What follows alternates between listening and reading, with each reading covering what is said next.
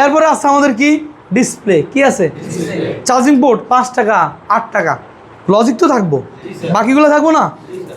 এই যে ডিসপ্লের দাম, ডিসপ্লে অ্যামোলেড, যদি এই মোবাইলটা অ্যামোলেড ডিসপ্লে হয় হোক, সমস্যা নাই।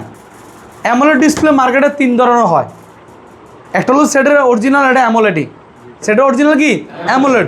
এই অ্যামোলেডটা আবার 3 ধরনের হয়, একটা হলো কি মার্কেট অরিজিনাল, এটা ওলেড, এটা অ্যামোলেড। মার্কেট অরিজিনাল আমার এটা ধরনের নাই। আরেকটা আছে টিএফটি, কি আছে, আরেকটা আছে ইনসেল। ডিসপ্লের নাম কি, এই ইনসেলটা কিনবেন।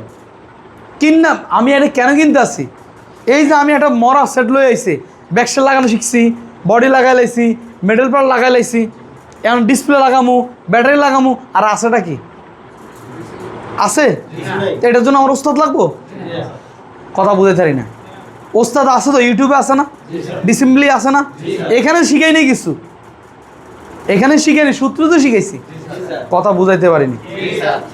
এই জিনিসটা লাগাইবেন, এবার নোট 20 আলট্রা হোক, 70 প্রো ম্যাক্স হোক, যে কোনো মোবাইল হোক, ইজিলি আপনি পারবেন। আর এই সাহসটা আপনার প্রয়োজন। তো ইনসেল ডিসপ্লে আর আইপিএস ডিসপ্লের দাম তো কমই।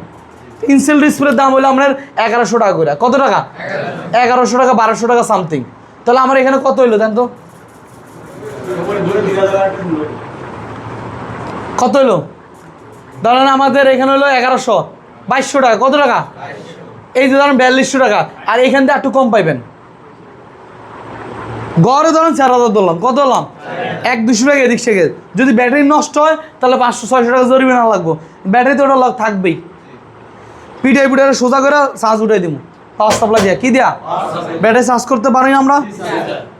তো এইভাবে করে আমরা জন এই জিনিসগুলা খুলবো লাগাবো। এই যে 4000 টাকার মোবাইল অ্যাম্প চালান খাটাইলাম, 4-4-8000 টাকা। কত টাকা?